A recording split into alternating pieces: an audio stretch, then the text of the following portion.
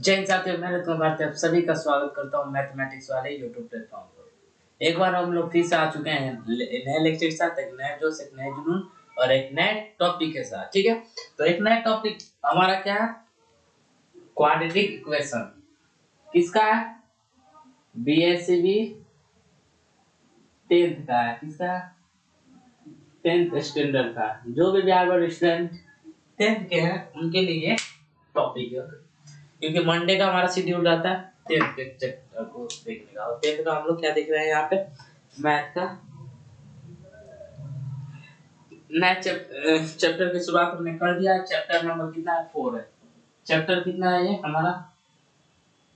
4। चौथा चैप्टर है अपना क्वाड्रेटिक इक्वेशन, द्विघात समीकरण। हिंदी में क्या बोलते हैं? द्विघात समीकरण। ठीक है, तो चलिए इस चैप्टर को हम लोग अच्छे से समझते हैं, बारीकी से समझते हैं। इस चैप्टर में हमें सीखना है क्या होता है। देखिए, द्विघात को पहले आप लोग तोड़िए एक बार अच्छे से। द्विघात को जब आप तोड़ोगे तो क्या होता है? द्वि प्लस घात। समीकरण तो पता ही आपका समीकरण क्या होता है। द्विघात, द्वि का मतलब क्या हो सकता है अपना? हम लोग क्या कह सकते हैं? द्वि मतलब दो होता है। ठीक है, घात का इंग्लिश क्या होता है? पावर होता है। पावर मतलब घात। कोई भी नंबर, कोई भी इक्वेशन, वैसा इक्वेशन जिसका पावर क्या होना चाहिए? दो होना चाहिए। कौन सा पावर होना चाहिए? ये हाईएस्ट पावर दो होना चाहिए। क्या होना चाहिए? हाईएस्ट पावर, हाईएस्ट पावर दो होना चाहिए। जैसे मैं कह सकता हूँ कि मान लो मैंने एक इक्वेशन ले लिया 2x² 4x प्लस 9। ये क्या ले लिया हमने? एक इक्वेशन ले लिया। जीरो नहीं, ये हमने क्या ले लिया? एक इक्वेशन ले लिया। इस इक्वेशन में आप कैसे कहोगे कि ये द्विघात समीकरण है? इस इक्वेशन को आप कैसे कह सकते हो कि ये द्विघात समीकरण है? एक बार क्लियर कर दो।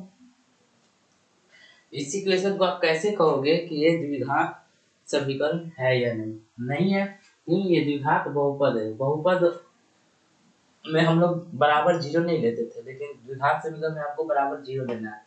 तो उससे तो पता नहीं चलेगा, इससे भी तो क्या हो जाएगा ना, ये क्या हुआ? द्विघात बहुपद है या द्विघात समीकरण है? अंतर नहीं। पहली बात तो बहुपद नहीं होगा। बहुपद होने का कंडीशन होता है कि आपके इक्वल टू जीरो नहीं दिया रहता है। ठीक है, कुछ कुछ कंडीशन में दिया रहता है, लेकिन अधिकतर नहीं दिया रहता है उसके केस में। तो बहुपद का पहचानने का तरीका यही है कि आपको इक्वल टू में जीरो नहीं दिया रहेगा। इतना क्लियर? केवल आपको इक्वेशन देके आपको alpha plus beta, alpha beta का मान निकालना होता है। वो उतना तो हम लोग सीख लेते हैं। खैर वो बहुपद था। इसमें हमें सीखना है द्विघात समीकरण में कि आपको हाईएस्ट पावर दो का समीकरण लेना है। वैसे से कोई भी समीकरण हो जिसका हाईएस्ट पावर दो होना चाहिए। ठीक है, हाईएस्ट पावर जब दो होगा इसका, तो उसे हम क्या कह सकते हैं? क्वाड्रेटिक इक्वेशन कह सकते हैं।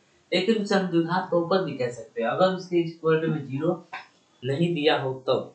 अगर इक्वल टू जीरो दे दिया तो वो केवल द्विघात समीकरण होता है। ओके, इतना मैंने डिफाइन अच्छे तरीके से आई होप मुझे लगता है कर दिया होगा। जो क्वाड्रेटिक इक्वेशन होता है उसका मतलब ये होता है कि वैसे हमें इक्वेशन लेने हैं जिनका क्या होना चाहिए? पावर हाईएस्ट दो होना चाहिए। ओके, जैसे ये जो क्वाड्रेटिक इक्वेशन जो होता है इस फॉर्म में होता है ax² plus bx plus c equal to 0। इस फॉर्म में क्या होता है? ये वाला इक्वेशन होता है। इक्वेशन का जो जनरल फॉर्म है वो ये होता है।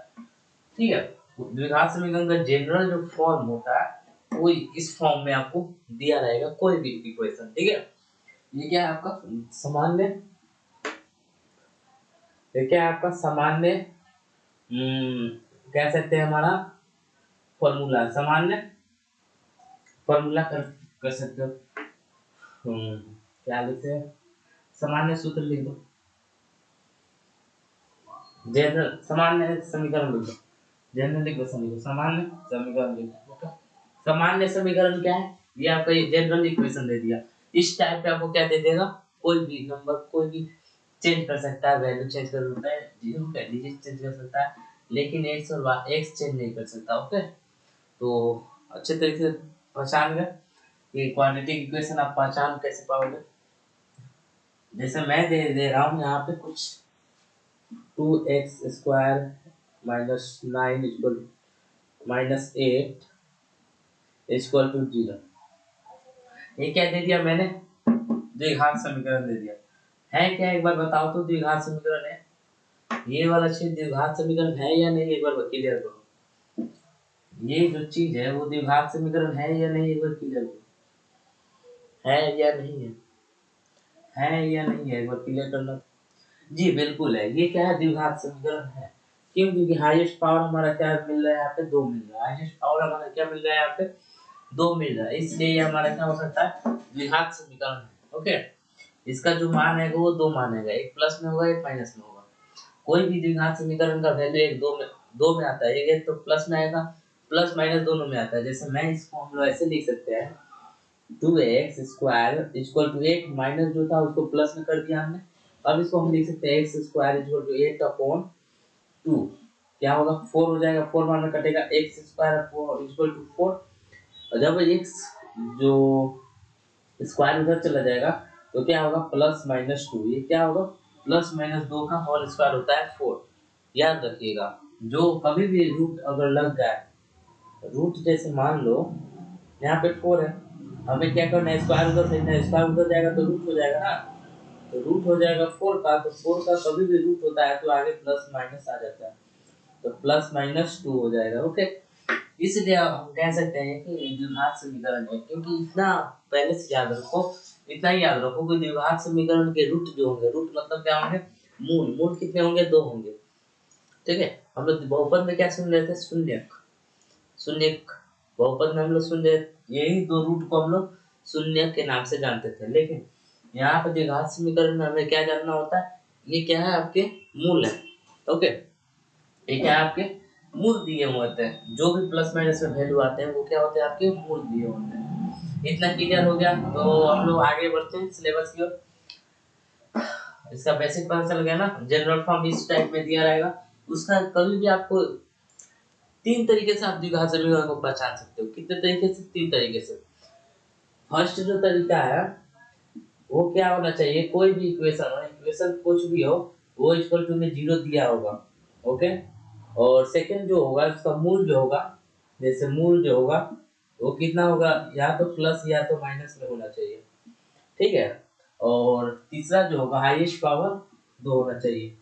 हाईएस्ट हाईएस्ट जो पावर होता है, हाईएस्ट पावर कितना होना चाहिए, 2 होना चाहिए। ठीक है, 3 तरीके से आपने क्या किया, क्वाड्रेटिक इक्वेशन को आपने डिफाइन किया। कितने तरीके से, 3 तरीके से आपने क्वाड्रेटिक इक्वेशन को अच्छे तरीके से डिफाइन कर लिया। ओके, तो मैं यहाँ पे कोई भी इक्वेशन लिख रहा हूँ, आप लोगों को क्या करना है, कंफर्म करना है कमेंट बॉक्स में कि ये दिए हुए जो मैं जो इक्वेशन दूंगा वो क्या इक्वेशन द्विघात समीकरण है या नहीं।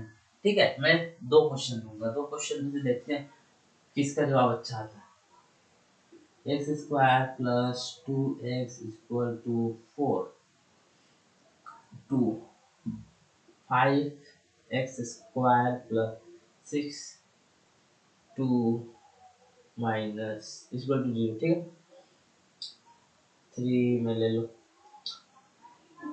5x प्लस 6 टू इक्वल टू 0। जी फटाफट डिफाइन करिए कि ये जो तीनों इक्वेशन दिए हुए हैं क्या द्विघात समीकरण है क्या, एक बार फटाफट डिफाइन करो। जो मैंने अभी अभी 3 इक्वेशन लिखा, ये क्या इक्वेशन, द्विघात इक्वेशन है, मतलब द्विघात समीकरण है तो कौन कौन है, ये तो आप कह सकते हो है, ये है कह सकते हो, क्योंकि इसका हाईएस्ट पावर 2 दिया हुआ, हाईएस्ट पावर 2 दिया है तो आपने क्या किया, डिफाइन कर लिया। लेकिन यहाँ पे 0 भी तो दिया है ना, अगर आप +4 को इधर ले आके माइनस में कर देते हो तो 0 तो दिखेगा ना।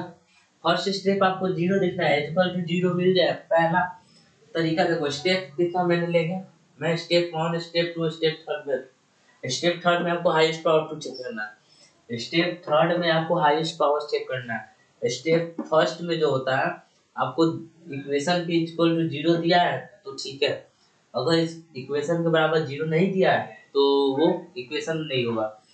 ओके, अगर हमें देखो यहाँ पे 0 मिल जा रहा है, यहाँ पे भी 0 है, यहाँ पे भी 0 है। ठीक है, तो 0 का तो वेरीफाई हो गया, 0 वेरीफाई हो गया तो मूल, मूल निकालने का झंझट अभी बहुत बड़ा है, तो मूल को आप थर्ड में ले लो और पावर को सेकंड में ले लो।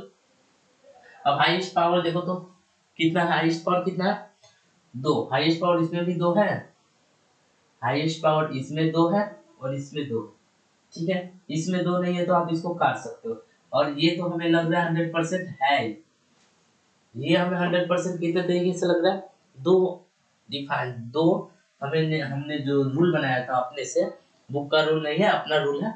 हमने जो दो रूल, तीन रूल अपनाया था उसमें से दो रूल को ये एक नंबर वाला क्या कर रहा है, वेरीफाई कर रहा है।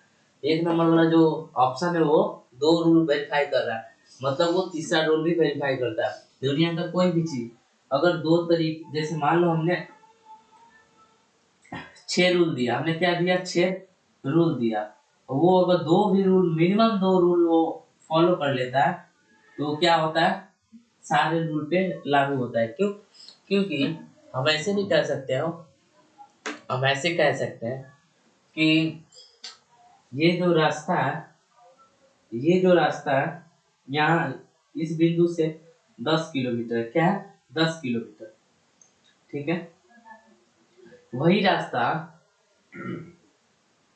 इस बिंदु से क्या 20 किलोमीटर है, क्या 20 किलोमीटर।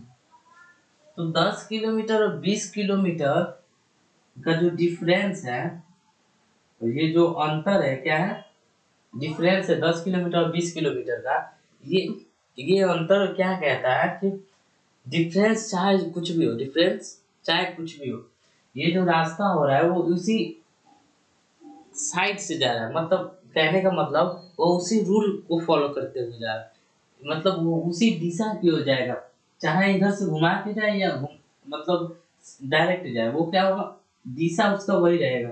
वही चीज जिसमें भी होता है कि अगर वो कोई दो रूल उसने क्या किया, वेरीफाई कर लिया, तो तीसरा रूल फिक्स होता है कि वो वेरीफाई कर लेगा।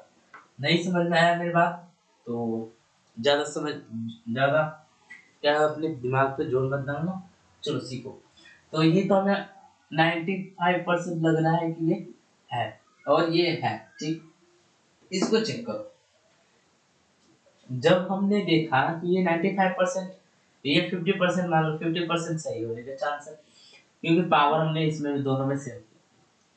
अब तीसरा जो होता है रूट, रूट निकालो, आप मूल निकालो, 5x² equal 5x² plus 62 equal to 0, okay. तो x² 62 को जब सेंड करो -62 हो जाएगा, और 5 को अपॉन में भर दो, ये देखो तो 62 जो होगा वो 5 से कटेगा, तो कोई भी एक नंबर बताओ जिससे 5 कट जाएगा, नहीं कटेगा तो मुझे ये 50% लगा था ना, आपको 50% लगा था, मुझे ये 10% लगा था, ठीक है। तो ये वाला ऑप्शन होगा नहीं, राइट ऑप्शन ए होगा।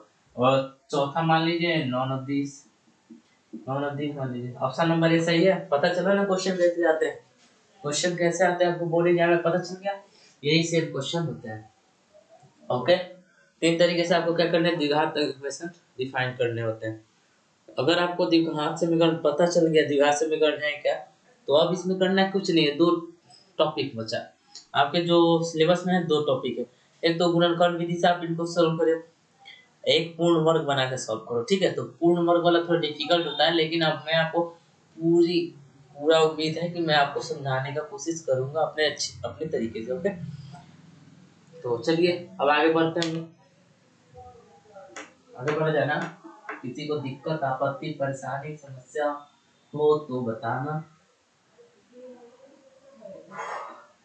चला जाए, अब देखो इसमें हमें और चीज पढ़ने होते हैं। अब क्या पढ़ने होते हैं, और चीज इसमें कुछ मैं और जानकारी देना चाहता हूँ। जैसे इसमें हमें एक चीज मिलेगा, डी, क्या मिलेगा, डी। डी का जो फॉर्मूला होता है वो होता है √b² माइनस 4ac। क्या होता है, डी का जो फॉर्मूला होता है √b² माइनस 4ac होता है। डी का जो फॉर्मूला होता है वो क्या होता है, √b² माइनस 4ac, ठीक है, समझ गए। डी का जो